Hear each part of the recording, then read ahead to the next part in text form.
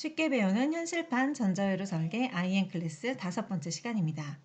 앞으로 IN 클래스에서 간단한 회로 예시를 많이 들 거예요. 그 전에 IN 클래스에서 다루는 전자 부품에 대해서 말씀을 드리겠습니다. 정말 초간단, 심플한 동작 설명만 드릴게요.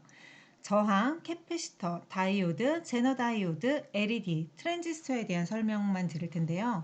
이번 시간에는 저항과 캐패시터, 다이오드, 제너 다이오드에 대한 설명을 하고 그 다음 시간에 LED와 트랜지스터에 대한 설명을 하도록 하겠습니다. 먼저 저항입니다. 저항은 부품 이름만 딱 들어도 무언가를 방해한다라는 느낌이 들죠. 저항은 전류의 흐름을 방해하는 부품이에요. 밑에 보시면 여기 전압은 전류와 저항의 곱이다라고 되어 있죠. 저항은 전압값에는 비례를 하지만 전류에는 반비례를 합니다. 전류의 흐름을 방해하고 있어요. 간단히 이해를 돕기 위해서 간단한 설명을 드리면 이게 물이 지나가는 어떤 파이프 라인이에요. 그러면 이 파이프 라인의 너비가 전압이 되는 거죠. 그리고 여기에 흐르는 물이 전류가 됩니다. 여기에 만약에 어떤 저항 물질이 있다고 생각을 해보세요. 그러면 흐르는 물의 양은 줄어들겠죠. 전류는 줄어듭니다. 따라서 저항은 전류에 반비례하는 성질을 가지고 있어요. 반대로 만약에 전류가 동일해요. 동일한 전류가 흐르고 있는데 전압이 이만큼 있죠. 그런데 여기에 저항값이 생겼어요. 이렇게 저항이 생겼죠. 그런데 전류는 동일해야 돼요. 그럼 어떻게 해야 될까요? 이 전압이 커져야 돼요. 파이프라인이 커져야 됩니다. 그래야지 동일한 전류가 흘러갈 수 있죠. 따라서 저항은 전압에 비례한다라는 성질이 나오는 거죠. 단위로는 옴을 사용하고요. 기호는 여기 보시는 그림과 같습니다. 저항은 수동소자예요. 앞서서도 한번 말씀드렸었는데 수동소자이기 때문에 회로 구성을 하고 나서도 이 특징이 변하지 않는 그런 수동소자입니다. 다음은 캐패시터에 대한 설명을 드릴게요. 캐패시터는 충전과 방전 역할을 하고 또 노이즈를 감소시켜주는 역할을 해요. 예를 들어서 이렇게 구형 파형이 들어온다라고 봅시다. 그런데 입력이나 출력단에 캐패시터를 달았어요. 그리고 뭐 저항, 기타 부품이 들어가겠죠.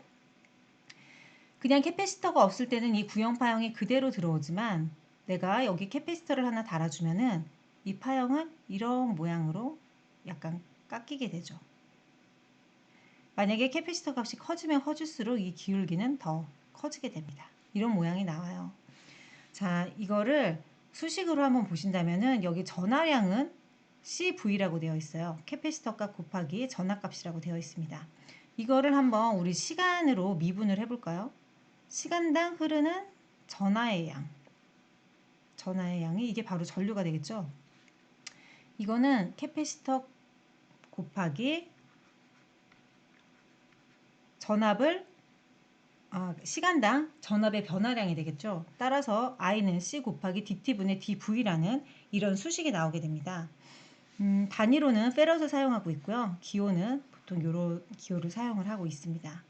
여러분이 기억하실 거는 캐패시터는 충반적 역할을 하고 노이즈 감소를 한다. 그 정도만 알고 계셔도 충분합니다. 다음은 다이오드예요.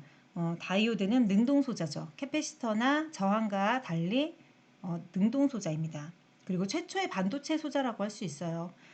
두 개의 전기 단자 P와 N이라는 이 전기 단자의 접합으로 이루어져 있습니다.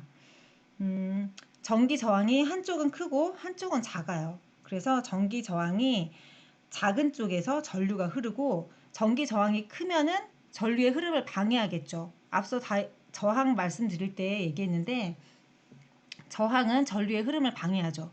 한쪽은 저항이 크고 한쪽은 저항이 작아요. 그러면 저항이 작은 쪽에서 전류가 흐르게 되겠죠. 그래서 전류의 방향이 정해져 있습니다. 이거를 정류 특성이라고 하는데요. 다이오드는 한쪽 방향으로만 전류가 흘러요. 여기 보시면 이쪽 단자는 이쪽 노드는 캐소드라고 부르고 이쪽 노드는 에노드라고 불러요. 다이오드의 전류는 에노드에서 캐소드 방향으로만 흐릅니다. 이쪽에서 들어오면은 불락시켜요. 그리고 양단 전압은 대략 0.7V입니다. 정확히 0.7V는 아니고 대략 0.7V가 흘러요. 지난 시간에 한번 말씀드렸는데 필요 없는 누설 전류가 들어올 때 제가 한번 예시로 말씀드렸었어요. 내가 여기에서 어떤 이런 입력 회로를 내가 구성을 했을 때 외부에서 정상적일 때는 문제가 없는데 비정상적인 상황에서 어떤 누설 전류가 들어온다라고 했을 때요. 이 전류는 필요가 없는 전류죠. 들어오면 안 돼요. 이 전류가 들어오면은 내가 만든 회로 안에서 전류가 흘러나가서 어떤 오동작을 일으킬 수가 있어요. 그런데 이 앞단에 입력단에 내가 다이오드를 달아주었다라고 했을 때에는 이 누설 전류가 들어와도 여기 달려있는 이 다이오드가 이 전류를 불락시킵니다. 따라서 어떤 오동작을 일으킬 가능성이 없어지는 거죠. 그래서 다이오드는 이런 누설 전류를 막아주는 보호 회로로도 많이 사용이 되고 있습니다. 자, 다음은 다이오드의 어떤 동작 특성을 한번 볼게요. 다이오드의 동작 특성을 보시면 플러스 전압과 마이너스 전압, 그리고 플러스 전류와 전압이 있어요. 지금 이 일반적인 다이오드는 이쪽의 곡성 특성만 보시면 돼요.